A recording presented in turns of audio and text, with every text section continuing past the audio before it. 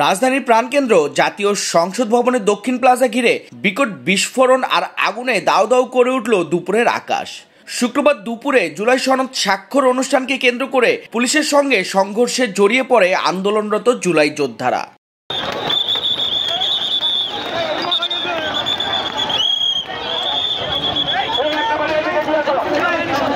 দুপুর 1:15টার পর থেকে সংসদ ভবন এলাকার দক্ষিণ প্লাজায় উত্তেজনা ছড়িয়ে পড়ে। জুলাই শহীদ পরিবার ও আহত যোদ্ধা ব্যানারে শতাধিক মানুষ মঞ্চের সামনে অবস্থান নেয়। তাদের সরাতে এগিয়ে আসে পুলিশ। এরপরই শুরু হয় সংঘর্ষ।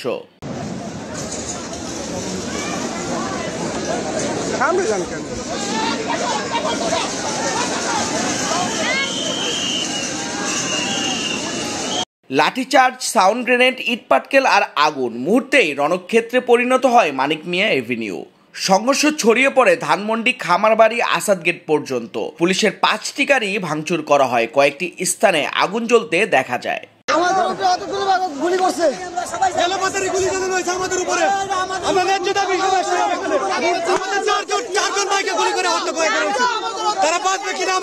পুলিশের লাঠিচার্জের সময় আহত হন বহু আন্দোলনকারী। দৃশ্যটি আরো হৃদয় বিদারক হয়ে ওঠে যখন এক আহত যোদ্ধার কৃত্রিম হাত রাস্তায় পড়ে থাকতে দেখা যায়। তিনি নিজের কৃত্রিম হাত ফেলে পালিয়ে যান প্রাণ বাঁচাতে। পুলিশ জানায়, বিক্ষোভকারীরা প্রথমে ইটপাটকেল নিক্ষেপ ও হামলা চালায়। এরপর বাধ্য হয়ে তারা সাউন্ড গ্রেনেড ব্যবহার করে। অন্যদিকে জুলাই যোদ্ধারা অভিযোগ করেন, পুলিশ বিনা উস্কানিতে তাদের উপর হামলা চালিয়েছে। তাদের দাবি, জুলাই আন্দোলনে অংশ নেওয়া আহত ও নিহতদের রাষ্ট্রীয় স্বীকৃতি, আইনি সুরক্ষা ও পুনর্বাসন। তারা হুঁশিয়ারি দেন, দাবি পূরণ না হলে সংসদ ভবনের এলাকা ছাড়বেন না। বিকেল 3টার পর আইন শৃঙ্খলা বাহিনী পুরো এলাকার নিয়ন্ত্রণ নেয়। আসাদগেট মোড়ে সেনাবাহিনীর উপস্থিতি দেখা যায়। জুলাই সনদ স্বাক্ষর অনুষ্ঠানে উপস্থিত ছিলেন বিভিন্ন রাজনৈতিক দলের প্রতিনিধিরা। তবে জাতীয় নাগরিক পার্টি এবং বামধারার কয়েকটি দল আইনি নিশ্চয়তা না পেয়ে সই থেকে বিরত থাকে।